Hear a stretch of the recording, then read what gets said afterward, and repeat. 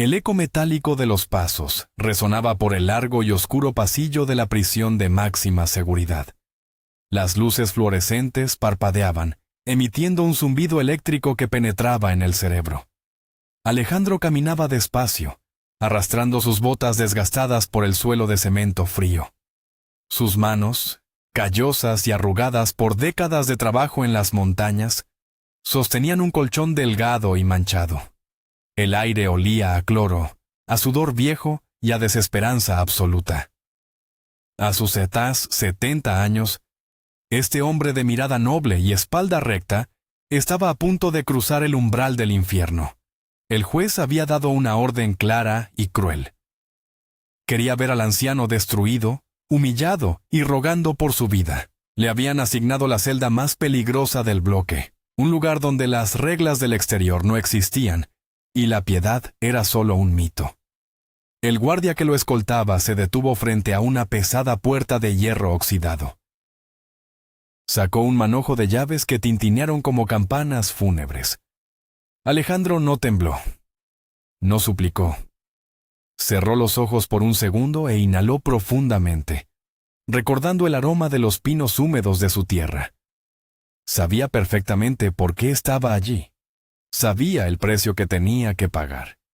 Y si el universo le exigía recorrer este oscuro camino para proteger la luz de su familia, lo haría sin derramar una sola lágrima. Alejandro Montero no era un delincuente. Durante 40 años había sido el guarda forestal más respetado de los picos de Europa, en el norte de España. Conocía cada sendero, cada cueva y cada árbol de aquellos inmensos valles verdes. Era un hombre de pocas palabras, forjado por el viento helado y la soledad de las cumbres. La tragedia había marcado su vida desde muy joven. Su esposa, Carmen, falleció al dar a luz a su única hija, Elena. Alejandro crió a la niña en una pequeña cabaña de piedra, rodeada de naturaleza salvaje, pero Elena creció odiando el aislamiento. Al cumplir la mayoría de edad, hizo las maletas y huyó a Madrid, buscando dinero y una vida fácil. Años después, regresó derrotada, delgada y con la mirada vacía. Traía consigo a una niña pequeña llamada Lucía.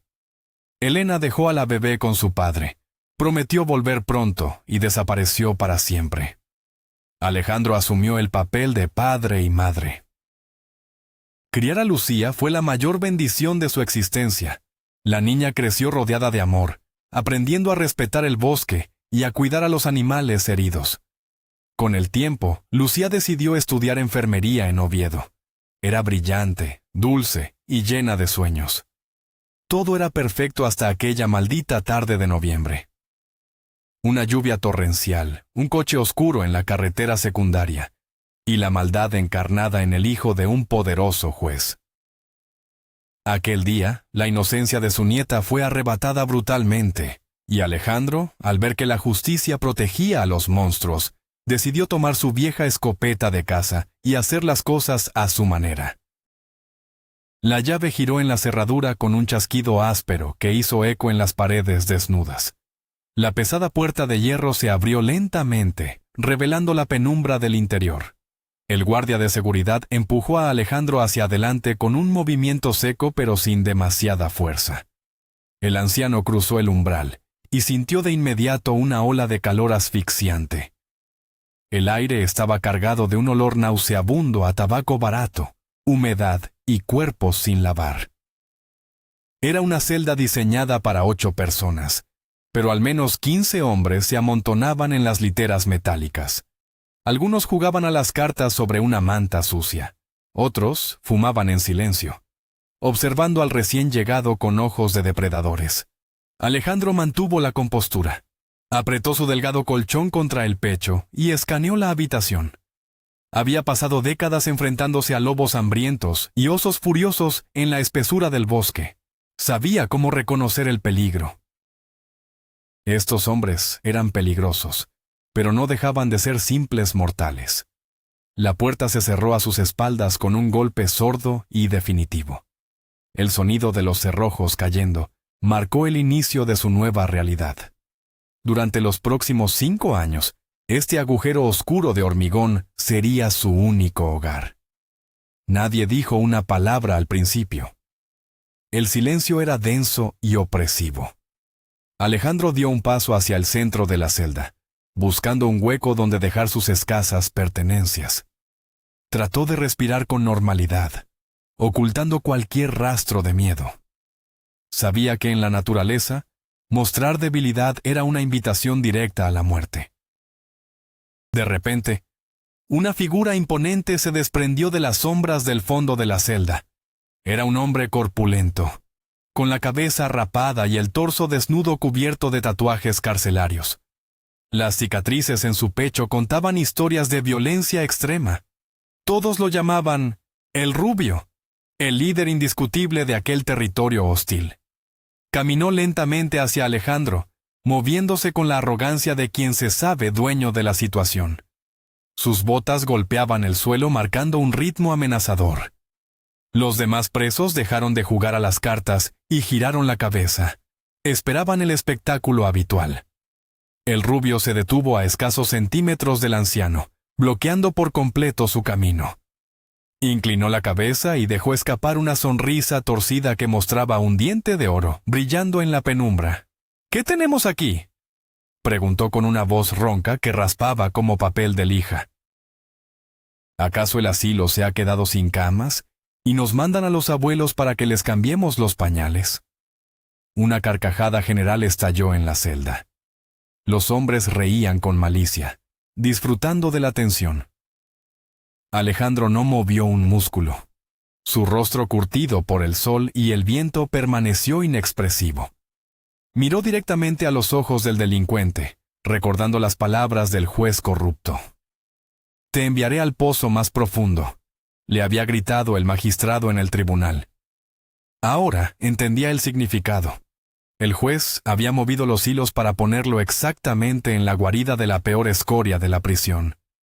El anciano tragó saliva, pero su postura se mantuvo firme y orgullosa.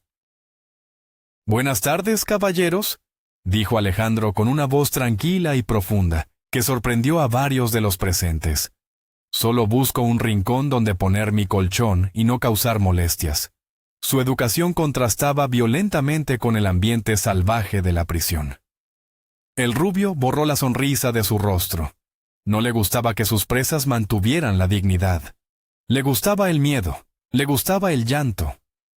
Levantó una mano grande y áspera, señalando hacia la esquina más oscura y repugnante de la celda. Estaba justo al lado del inodoro de acero inoxidable, el cual desprendía un olor insoportable a orina estancada. «Ese es tu sitio, abuelo», sentenció el matón con frialdad. «En el suelo, junto al retrete. Es el lugar reservado para las ratas, los chivatos y la basura de tu calaña.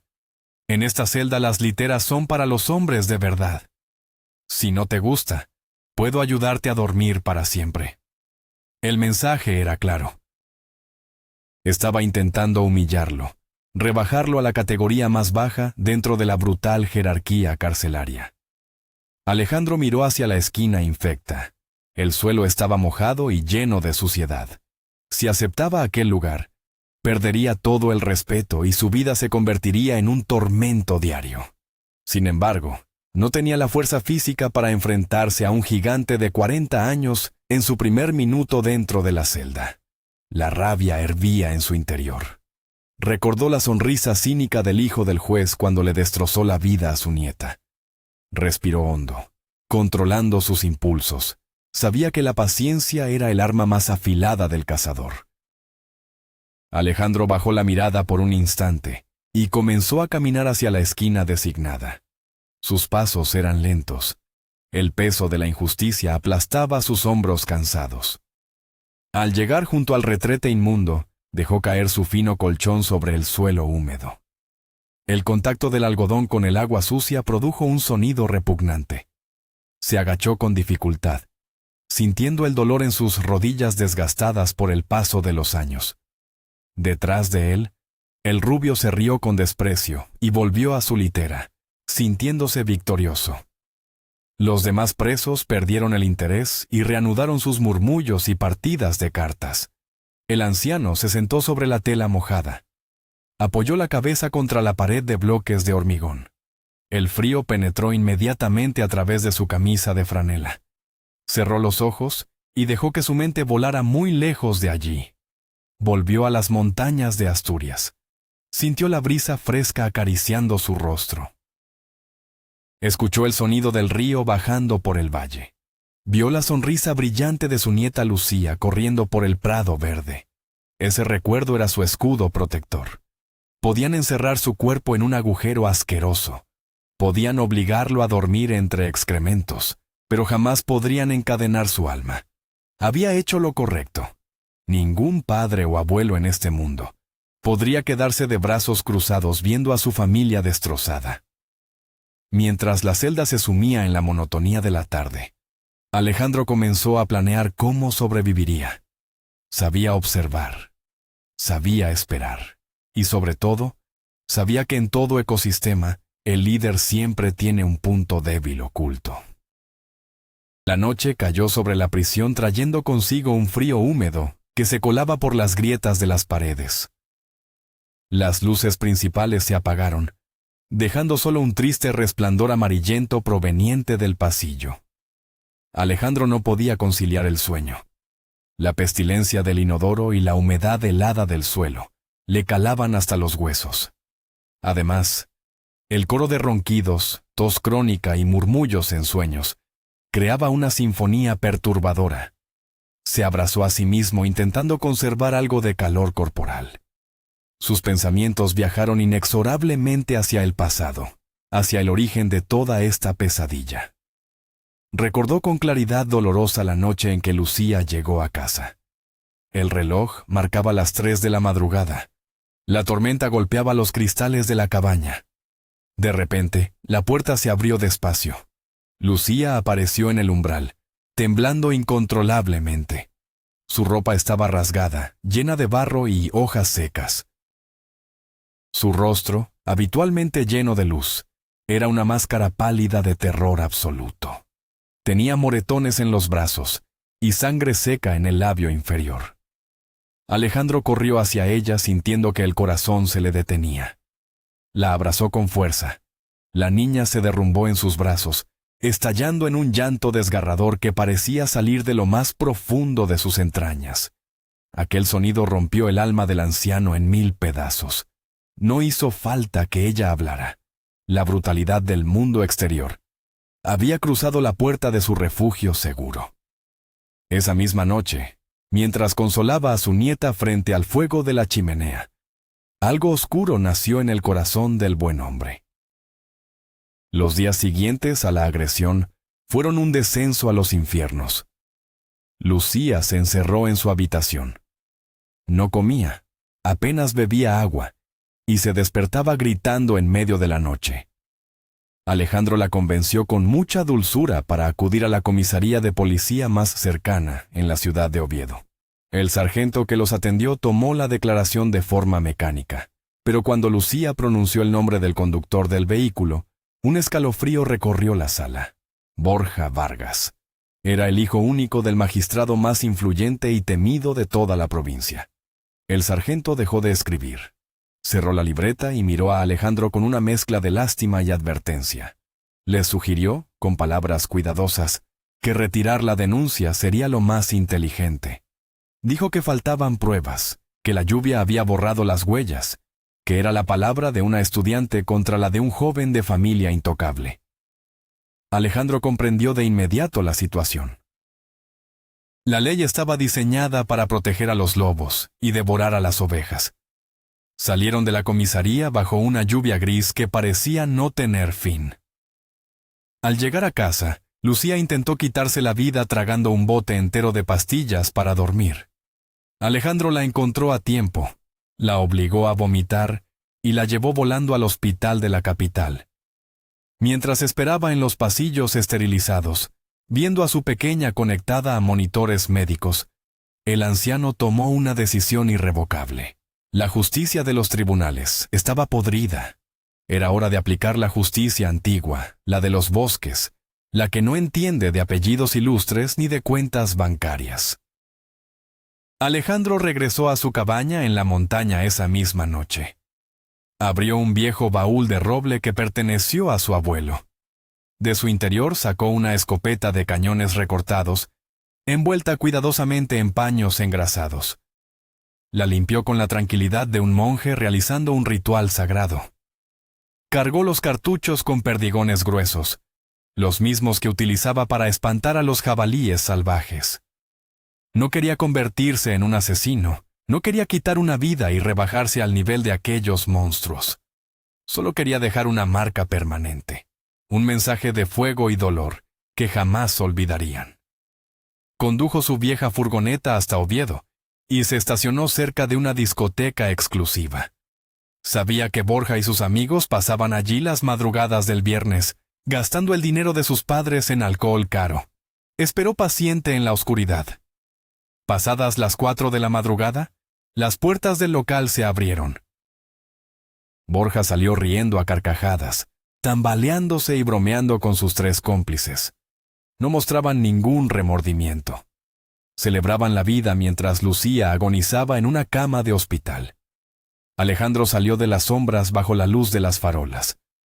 Caminó directamente hacia ellos, levantando la escopeta con unas manos que no temblaban en absoluto. El miedo transformó los rostros arrogantes de los jóvenes. Borja intentó balbucear una amenaza usando el nombre de su padre, pero Alejandro no quería conversar. Apretó los gatillos. El estruendo rompió el silencio de la noche asturiana. Los perdigones destrozaron las piernas de los agresores, derribándolos al suelo sobre charcos de sangre y gritos de dolor. Un ruido brusco dentro de la celda devolvió a Alejandro bruscamente al presente. El sol comenzaba a filtrarse por las estrechas rendijas de la ventana enrejada. Era la hora del recuento matutino. Los presos se levantaban perezosamente, frotándose los ojos y maldiciendo. El olor rancio del ambiente parecía más denso por la mañana. Alejandro intentó ponerse de pie, pero sus articulaciones crujieron de forma dolorosa por culpa de la humedad del suelo. De pronto, un impacto brutal en su hombro lo lanzó de nuevo contra la pared. Era el Rubio. Había pasado caminando a propósito para golpearlo. «Cuidado por donde andas, abuelo inútil», gruñó el matón escupiendo al suelo, a escasos centímetros de los zapatos del anciano. «Tienes que aprender a ser invisible. Si respiras muy fuerte y me molestas, te arrancaré la cabeza». Alejandro se apoyó en la fría pared de hormigón y se incorporó lentamente. Se sacudió el polvo de la ropa con dignidad.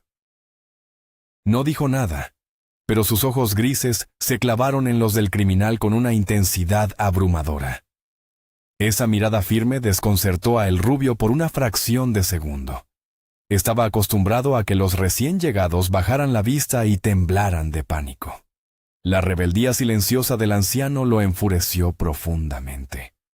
Decidió que iba a convertir la vida de ese viejo en una tortura diaria hasta que suplicara clemencia. Lo que el Rubio no sabía era que Alejandro ya había pasado por el infierno más ardiente. Aceptar las consecuencias de sus actos era parte de su código de honor. No tenía miedo a morir. Solo tenía miedo de no poder volver a abrazar a su querida nieta. La mañana avanzó con la pesada rutina carcelaria. Después de un desayuno infame compuesto por agua sucia con sabor a café y un pan duro como la piedra, los presos volvieron a la celda. El ambiente estaba cargado de electricidad estática. El Rubio estaba de mal humor porque los guardias le habían confiscado un paquete de tabaco de contrabando. Necesitaba desahogarse. Necesitaba humillar a alguien para reafirmar su autoridad. Su mirada sádica se posó inmediatamente en el anciano. Alejandro estaba sentado en su esquina húmeda, mirando fijamente sus manos curtidas. El matón cruzó la habitación a zancadas pesadas. «¡Oye, fósil!», gritó llamando la atención de todos. «Mis botas están sucias. Tienen barro del patio. Quiero que uses tu camiseta para limpiarlas. Ahora mismo». El silencio absoluto se apoderó de la estancia. Nadie se atrevía a respirar. Era una orden diseñada para quebrar la voluntad de un hombre. Alejandro levantó la cabeza muy despacio. Sus ojos conectaron con los de su agresor. «No voy a limpiar tus botas, muchacho», respondió con una voz sorprendentemente firme y serena. «Puedes golpearme si es lo que necesitas para sentirte importante, pero no seré el perro de nadie». La vena del cuello del criminal pareció a punto de estallar. Su rostro se enrojeció por la furia contenida.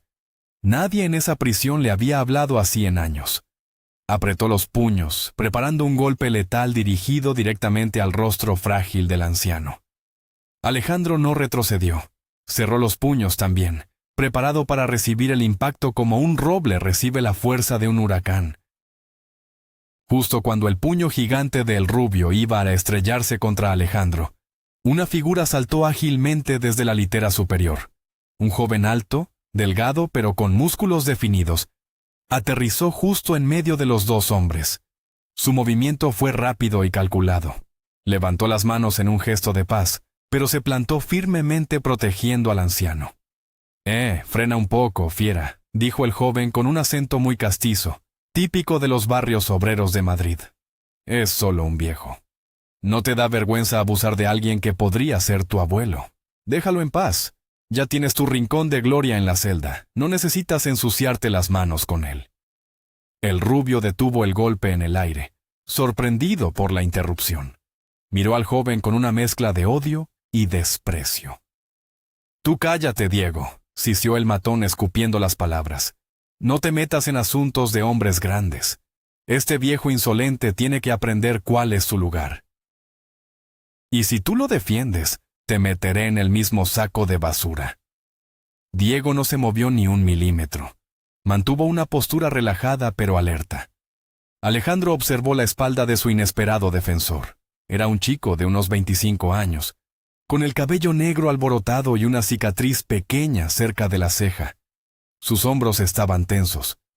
A pesar del peligro inminente, el chico estaba dispuesto a recibir la paliza en lugar del anciano. Esa muestra de nobleza en un lugar tan oscuro y corrupto conmovió profundamente el corazón endurecido del guarda forestal. Le recordó que la bondad humana podía florecer incluso en las peores condiciones. El rubio soltó una carcajada sarcástica que resonó contra las rejas metálicas. «¡Qué escena tan tierna!», se burló aplaudiendo lentamente. El pardillo de Madrid protegiendo a la momia. «Dime, viejo, ¿qué hiciste para terminar en este agujero? Seguramente robaste unas latas de atún en el supermercado porque la pensión no te llega. O a lo mejor le tocaste el culo a la vecina». Diego también giró un poco la cabeza, curioso por saber el delito del anciano que defendía. Alejandro suspiró profundamente. Se puso de pie con lentitud, ignorando el dolor en sus rodillas. Avanzó un paso, colocándose al lado de Diego. Miró a los presos que se arremolinaban esperando un espectáculo sangriento. «No robé nada», dijo Alejandro elevando la voz para que todos lo escucharan. «Y no soy un pervertido. Estoy aquí por intento de asesinato». La palabra flotó en el aire cargado de la celda. Las risas de los criminales se congelaron de inmediato. El rubio frunció el ceño, confundido. Alejandro continuó hablando, con un tono helado que cortaba como un cuchillo. «Un grupo de animales salvajes le destrozó la vida a mi nieta. Los dejé tirados en la calle, desangrándose con las piernas llenas de plomo de mi escopeta.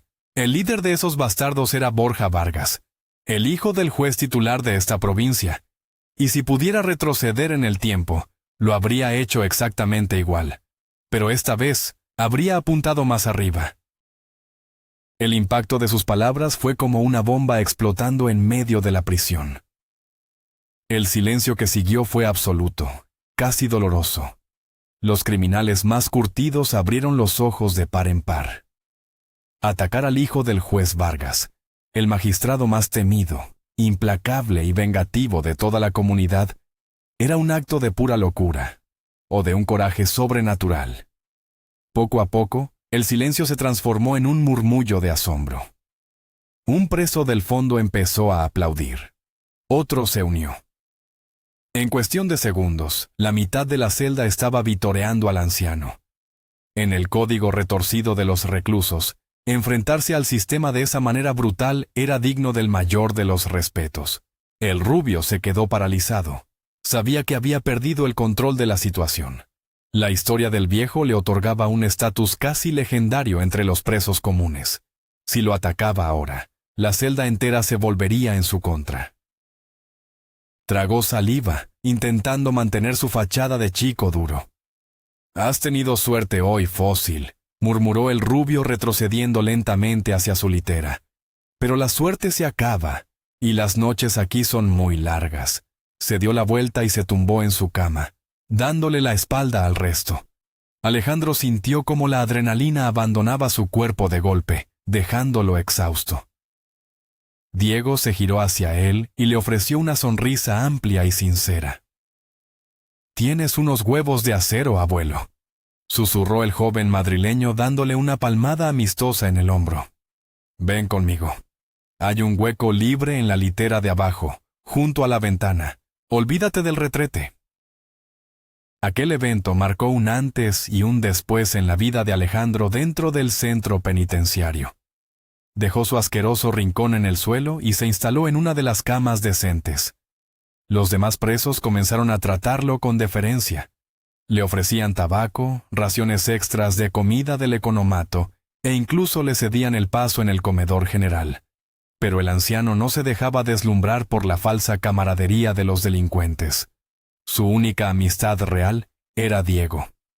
El joven madrileño se convirtió en su sombra protectora, y poco a poco, en el hijo que nunca tuvo. Compartían el pan duro, los miedos ocultos y las largas horas de encierro. Una tarde, mientras la lluvia golpeaba los gruesos cristales blindados de la celda, Diego decidió abrir su corazón.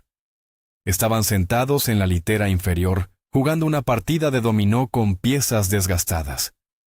«Sabes, Alejandro, yo no debería estar aquí», confesó el chico mirando al suelo. «No soy un santo, pero tampoco soy un criminal». Alejandro dejó una ficha sobre la mesa improvisada y asintió suavemente, invitándolo a continuar. Diego respiró hondo y relató su tragedia. Trabajaba como chofer privado para una familia millonaria en el barrio de Salamanca, en Madrid. Una noche, el hijo del jefe, borracho, perdido y drogado, se empeñó en conducir su deportivo. Diego intentó detenerlo, pero fue inútil. En un cruce mal iluminado, el joven rico atropelló a un peatón en un paso de cebra, matándolo en el acto. La historia de Diego se volvió más oscura.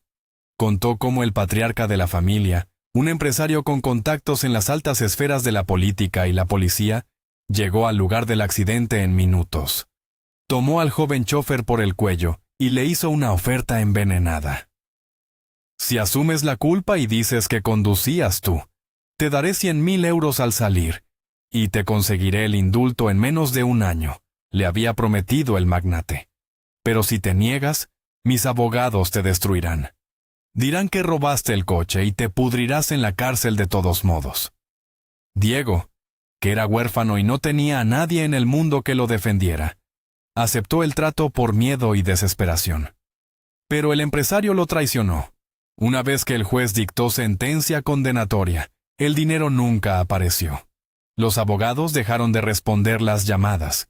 Lo trasladaron a esta prisión en el norte, lejos de su ciudad, condenado al olvido absoluto. Llevaba 3 años encerrado por un crimen que no cometió, consumiéndose por la rabia y la impotencia. Alejandro escuchó la historia con un nudo en la garganta. Veía el alma destrozada del chico a través de sus ojos oscuros. «Nuestro destino es curioso, muchacho», murmuró el anciano poniéndole una mano reconfortante sobre la rodilla. «Ambos fuimos aplastados por personas poderosas que creen que el mundo es su patio de juegos. Pero la rueda de la vida siempre gira. Nunca pierdas la fe en eso». Desde ese día, el lazo entre el veterano de la montaña y el joven de la ciudad se volvió indestructible. Lo que ni Alejandro ni Diego sabían era que en las sombras de la prisión se estaba gestando un plan macabro. El rubio no había olvidado la humillación que sufrió el primer día. Su odio hacia el anciano crecía como un cáncer devorando sus entrañas. Pero su motivación no era solo el orgullo herido. Había un secreto oscuro. Unas semanas atrás, durante una visita controlada, el abogado del rubio le había entregado un mensaje en clave. El juez Vargas, el padre del joven al que Alejandro había disparado, había puesto precio a la cabeza del guarda forestal. Ofrecía una suma enorme de dinero y un traslado inmediato a una prisión de mínima seguridad, con privilegios para quien lograra que el anciano sufriera un accidente fatal. El rubio quería ese premio desesperadamente, quería el dinero y quería la venganza. Pasaba las madrugadas en vela, afilando un trozo de metal oxidado que había arrancado del marco de la ventana, frotándolo contra el suelo de cemento, hasta convertirlo en un estilete mortal. Solo necesitaba el momento adecuado, un segundo de distracción por parte de Diego, el maldito perro guardián del viejo. Mientras tanto, la vida continuaba. Alejandro recibió una noticia maravillosa. Lucía había comenzado a recuperarse de su trauma emocional. Había vuelto a las clases de enfermería y le enviaba cartas llenas de amor y esperanza. Esas cartas de papel perfumado eran el oxígeno que mantenía vivo al anciano en aquel ambiente tóxico. Una tarde, Alejandro notó que Diego observaba con curiosidad las fotografías de Lucía que guardaba bajo su almohada. El anciano sonrió con picardía. Era un hombre sabio y notó la luz especial en los ojos del muchacho al ver el rostro de su nieta. «¿Te parece guapa, bromeó Alejandro dándole un suave codazo. «Es una chica muy fuerte. Ha pasado por un infierno, igual que tú. Creo que os entenderíais muy bien». Diego se sonrojó, algo inusual en un ambiente tan hostil. «Es preciosa, abuelo. Pero mírame, soy un convicto sin futuro. ¿Qué le voy a ofrecer yo a una chica así?» Alejandro se puso serio. Le entregó un trozo de papel en blanco y un bolígrafo prestado. «Escríbele», le ordenó con suavidad. «Cuéntale tu historia. Cuéntale que me salvaste el primer día. La sinceridad construye puentes más fuertes que el hormigón de esta prisión». Con el pulso tembloroso, Diego comenzó a escribir la primera carta. Así nació una correspondencia secreta, mágica y profundamente emotiva. Alejandro metía las cartas de Diego dentro de sus propios sobres dirigidos a Lucía. En cuestión de meses, los jóvenes comenzaron a conectar de una forma íntima y poderosa. Compartían sus miedos, sus sueños rotos y sus esperanzas de futuro. A través del papel, Diego encontró un motivo real para seguir respirando. Y Lucía, leyendo las palabras de aquel joven noble que cuidaba de su abuelo, sintió que su corazón volvía a latir con ilusión. Un amor improbable florecía en la oscuridad. Pero la felicidad en una prisión es un lujo peligroso. El rubio había notado el cambio en la actitud de Alejandro y Diego. Los veía sonreír al leer aquellas cartas. Esa chispa de alegría lo enfurecía aún más. Había llegado el momento de actuar. La fecha pactada con el abogado del juez se acercaba rápidamente y no podía permitirse fallar. Era la mañana de un martes lluvioso. El cielo asturiano estaba encapotado, tiñendo el interior de la celda con una luz gris y fantasmal. Los guardias abrieron las puertas para el paseo matutino en el patio. La confusión reinaba en el pasillo mientras los presos salían en tropel. Alejandro se retrasó un momento para atarse los cordones de sus botas viejas. Diego estaba a unos pasos de distancia, esperando cerca del umbral de la puerta. De repente, el rubio surgió de su rincón con la velocidad de una serpiente venenosa. Su mano derecha empuñaba el trozo de metal afilado envuelto en trapos sucios. Sus ojos inyectados en sangre fijaron el objetivo, la espalda encorvada del anciano. «¡Muérete, basura!», rugió el asesino lanzando una estocada letal directamente hacia el cuello de Alejandro. El sonido de su grito alertó a Diego. El joven madrileño no lo pensó ni una fracción de segundo. Sus instintos de protección se activaron de inmediato. Se lanzó hacia adelante como un resorte humano, interponiéndose violentamente entre la hoja oxidada y el cuerpo frágil del guarda forestal. El sonido del metal rasgando la carne fue escalofriante. El afilado pincho artesanal no alcanzó a Alejandro, pero se hundió profundamente en el costado izquierdo de Diego, justo debajo de las costillas. El joven soltó un quejido ahogado, abriendo los ojos de par en par por la sorpresa y el dolor abrasador. La sangre caliente y roja comenzó a brotar de inmediato, manchando su camiseta gris del centro penitenciario. Alejandro levantó la vista y presenció la escena con horror paralizante. ¡Diego!, gritó el anciano con una voz desgarrada, sintiendo que su propio corazón se detenía. El rubio, enfurecido al ver que había fallado su objetivo principal, intentó sacar el arma para asestar un segundo golpe. Pero otros dos presos, que le guardaban respeto a Alejandro, se abalanzaron sobre el atacante, inmovilizándolo contra el suelo de cemento. Las alarmas de seguridad de la prisión comenzaron a sonar con un aullido ensordecedor que taladraba los oídos. Las luces rojas de emergencia parpadearon violentamente. Diego se desplomó de rodillas, sosteniéndose el estómago ensangrentado. Alejandro se tiró al suelo junto a él, agarrándolo en sus brazos. Presionó sus manos callosas sobre la herida, intentando detener la hemorragia imparable. «Aguanta, muchacho. Aguanta, por el amor de Dios», suplicaba el anciano con el rostro bañado en lágrimas. «No te mueras. Lucía te está esperando fuera. Respira». Los guardias antidisturbios irrumpieron en la celda golpeando con sus porras y sembrando el caos. Las siguientes horas fueron un infierno de angustia e incertidumbre.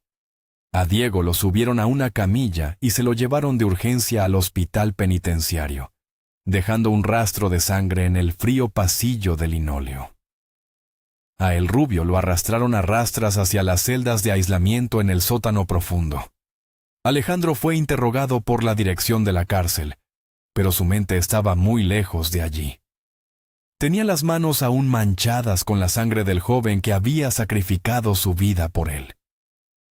Lo encerraron de nuevo, solo, en una celda temporal. Se arrodilló en el suelo, juntó las manos y rezó a Dios, a la naturaleza, a las montañas y a todo lo sagrado del universo. Ofreció su propia vida a cambio de la de Diego. Los días se convirtieron en semanas. El silencio por parte de la administración era una tortura constante. Finalmente, un capellán de la prisión se acercó a la celda de Alejandro con noticias. La operación había sido un éxito crítico. El arma improvisada había rozado un órgano vital, pero los cirujanos lograron estabilizar al muchacho. Diego iba a sobrevivir. El anciano lloró de puro alivio. La tormenta había pasado. Cuando Diego fue trasladado de vuelta, pero a la enfermería del recinto, Alejandro logró conseguir un permiso especial para visitarlo. Ver al joven pálido y débil en la cama, pero con una sonrisa en los labios, curó las heridas del alma del anciano. «Eres mi familia ahora, hijo», le susurró Alejandro apretando su mano febril. El heroico acto de Diego y el intento de asesinato llegaron a oídos de la prensa local de Asturias. Un periodista valiente comenzó a investigar las extrañas circunstancias del ataque. Hurgó en las cuentas bancarias de la familia del Rubio y descubrió depósitos anónimos de grandes cantidades de dinero. Tirando del hilo de la corrupción, el rastro condujo directamente a los despachos del influyente juez Vargas. El escándalo mediático fue monumental. La presión social estalló en las calles de Oviedo. El Consejo General del Poder Judicial intervino de inmediato. El juez fue destituido, investigado y finalmente procesado por soborno, prevaricación e intento de asesinato. La caída del poderoso magistrado fue televisada en todo el país. Y como si el destino decidiera cobrarse todas las deudas pendientes, un mes después, la tragedia golpeó nuevamente a la familia Vargas. Borja, el violador que había destrozado la vida de Lucía, que caminaba apoyado en un bastón por los disparos de Alejandro, perdió el control de su deportivo de lujo, mientras conducía borracho por la costa. El coche se despeñó por un acantilado del Cantábrico. Murió en el acto. Cuando Alejandro se enteró de la noticia en la prisión, no sintió alegría, no celebró la muerte. Simplemente se sentó en su litera, cerró los ojos y sintió que un peso colosal desaparecía de sus hombros.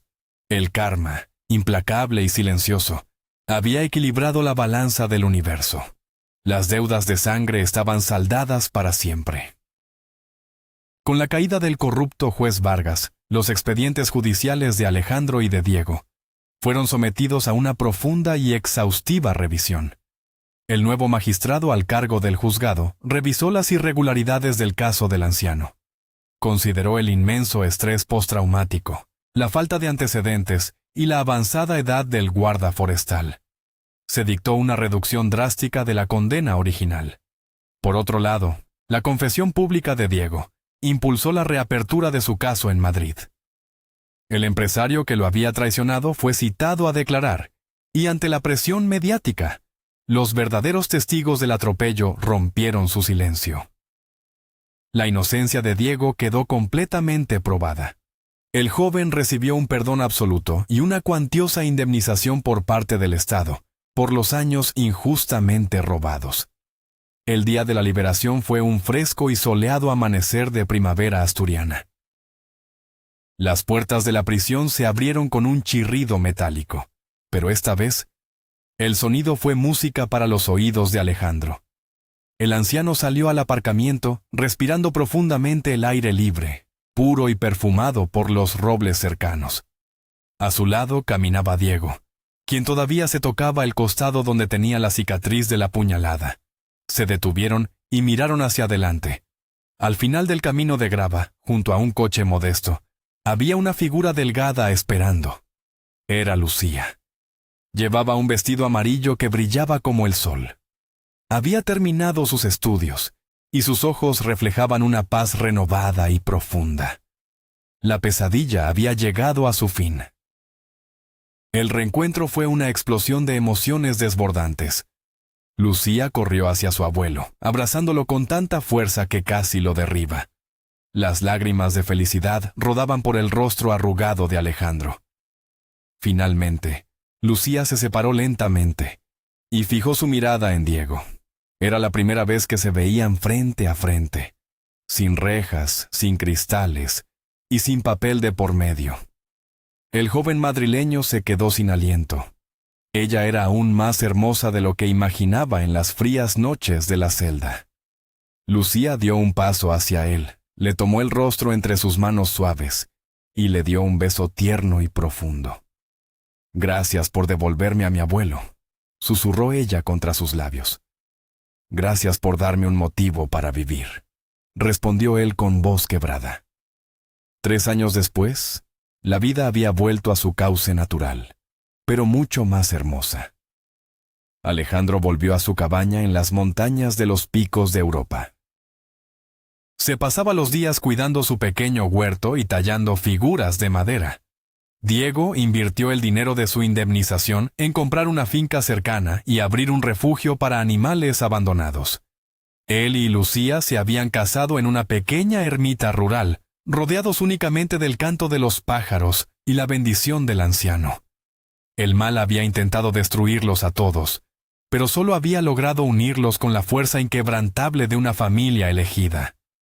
En la montaña, la justicia y el amor siempre terminan encontrando su camino. Una tarde de finales de octubre, el cielo se tiñó de tonos anaranjados y violetas. Alejandro estaba sentado en el porche de su vieja cabaña, fumando su pipa de brezo con total tranquilidad. Escuchó el sonido familiar del todoterreno de Diego subiendo por el camino de tierra. El joven bajó del vehículo y ayudó a Lucía a salir. El vientre de la chica estaba prominentemente abultado, anunciando que un nuevo miembro de la familia llegaría en pocas semanas. Venían a cenar. Diego sacó unas bolsas con comida caliente, y Lucía se acercó a besar la frente de su abuelo. Alejandro acarició el vientre de su nieta sintiendo una patada del bebé. Sonrió ampliamente, mostrando las arrugas de sus ojos. Pensó en todo lo que habían superado.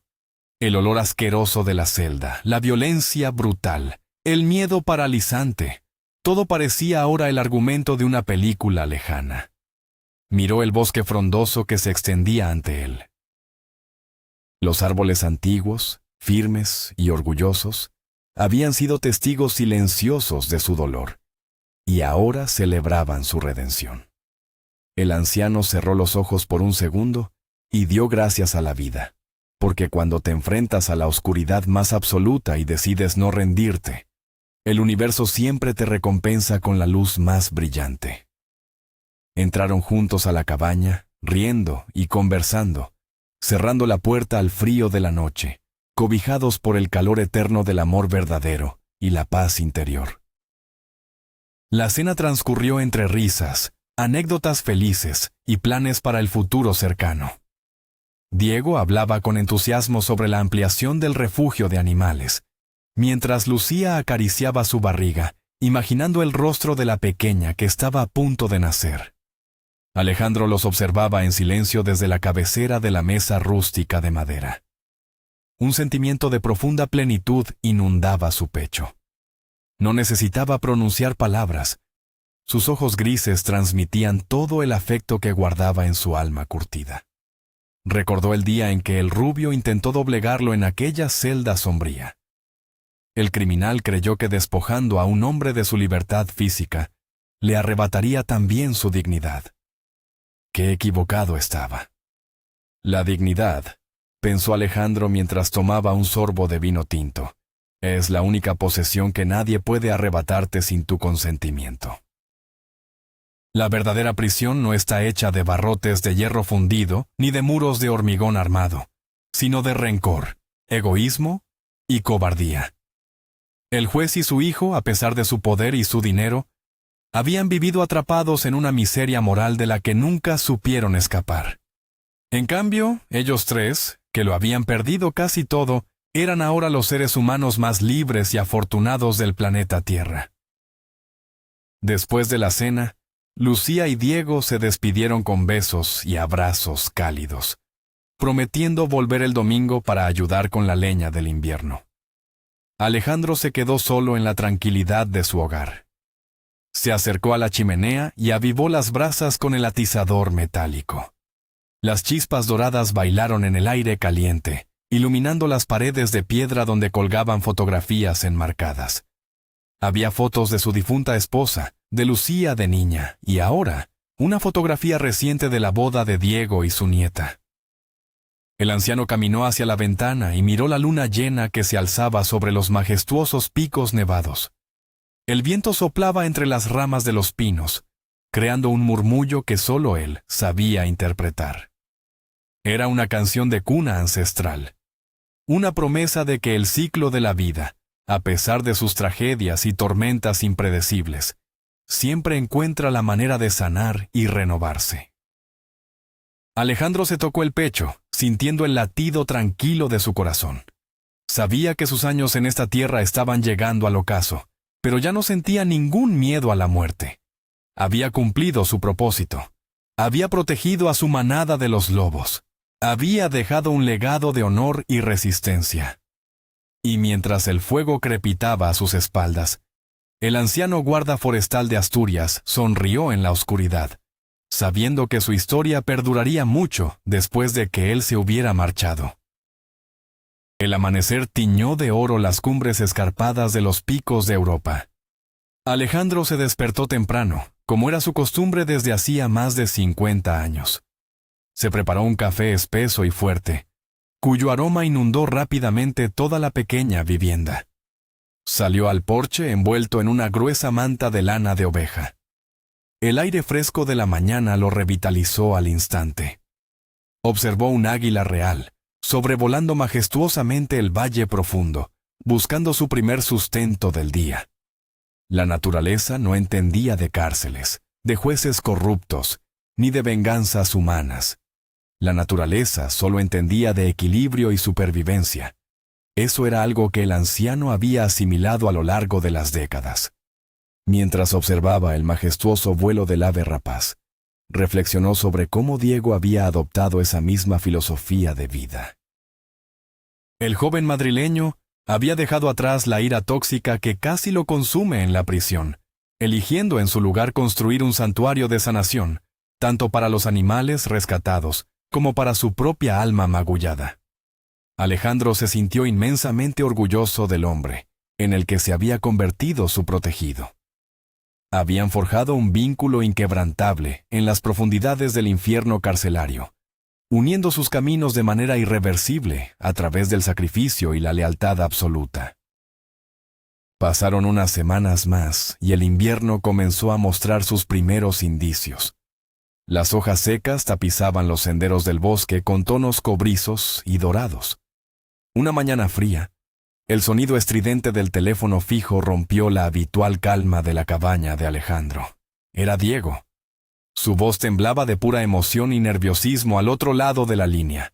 «Alejandro, Lucía se ha puesto de parto. Estamos en el Hospital General de Oviedo. ¡Vente rápido!». El corazón del anciano dio un vuelco espectacular de alegría. Cogió su viejo abrigo de pana, las llaves de la furgoneta, y cerró la puerta de un portazo. Condujo por la serpenteante carretera de montaña con una agilidad y rapidez sorprendentes para un hombre de su edad. Durante el trayecto de casi 2 horas, los recuerdos inundaron su mente de forma inevitable. Recordó el trágico día en que nació su hija Elena, el día que perdió a su esposa. Sintió una punzada de miedo instintivo en el estómago, pero lo repelió de inmediato sacudiendo la cabeza. Esta vez, la historia iba a tener un final completamente diferente y luminoso. La oscuridad no tenía cabida en este nuevo capítulo. Al llegar al recinto hospitalario, corrió por los luminosos pasillos esquivando a las enfermeras hasta llegar a la sala de espera de la planta de maternidad.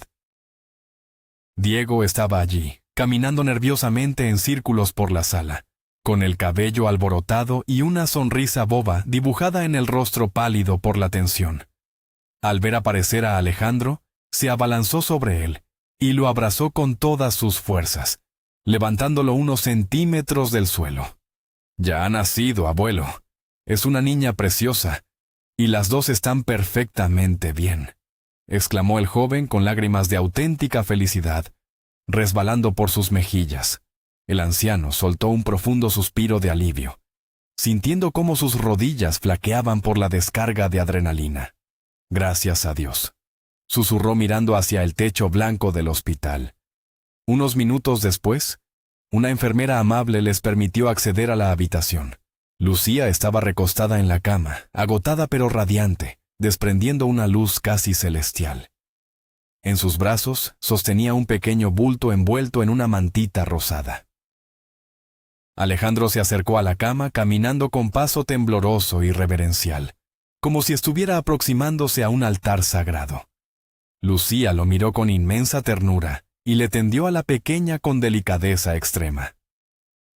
«Hola, abuelo», dijo la chica en un susurro. «Te presento a Carmen. Le hemos puesto el nombre de mi abuela». Alejandro tomó a la bebé entre sus grandes y rústicas manos con un cuidado infinito, sintiendo la fragilidad y el calor de esa nueva vida. Las lágrimas resbalaron silenciosamente por las profundas arrugas del rostro de Alejandro al escuchar el nombre de su difunta esposa. Miró la carita diminuta de la recién nacida, que dormía plácidamente ajena al mundo y a los horrores que sus padres y su bisabuelo habían tenido que soportar para que ella pudiera llegar a la vida. En ese preciso y mágico instante, sosteniendo a la pequeña Carmen contra su pecho, Alejandro comprendió el sentido absoluto de su doloroso viaje. Si no hubiera empuñado su arma aquella noche de lluvia para defender el honor de Lucía, si no hubiera sido arrojado a esa celda de pesadilla junto a los peores criminales, jamás habría conocido a Diego. Sin Diego, la vida de Lucía se habría consumido en la tristeza, y esta preciosa niña jamás habría visto la luz del sol en las montañas asturianas. Todo el sufrimiento pasado, la humillación, el frío de la prisión y el miedo a la muerte formaban parte de un tapiz cósmico perfecto e inescrutable. Todo había sido minuciosamente orquestado por el destino para desembocar en este maravilloso momento de paz. Alejandro besó suavemente la frente calentita de la bebé y luego miró a su nieta y al joven madrileño que ahora consideraba su hijo. «Sois mi mayor tesoro», les dijo con la voz ronca pero cargada de pura verdad emocional. El tiempo siguió su curso imparable y majestuoso.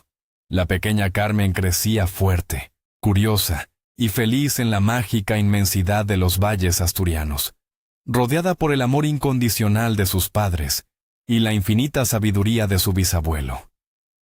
Alejandro le enseñó a caminar por los senderos escarpados del bosque, a distinguir el canto peculiar de cada pájaro y a respetar profundamente cada forma de vida salvaje.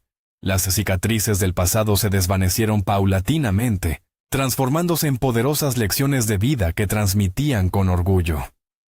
Alejandro Montero, el anciano guarda forestal que se enfrentó él solo a las fauces corruptas del sistema judicial y a la violencia descarnada del encierro penitenciario, demostró con su propia sangre que el honor verdadero y el sacrificio por amor son fuerzas verdaderamente imparables.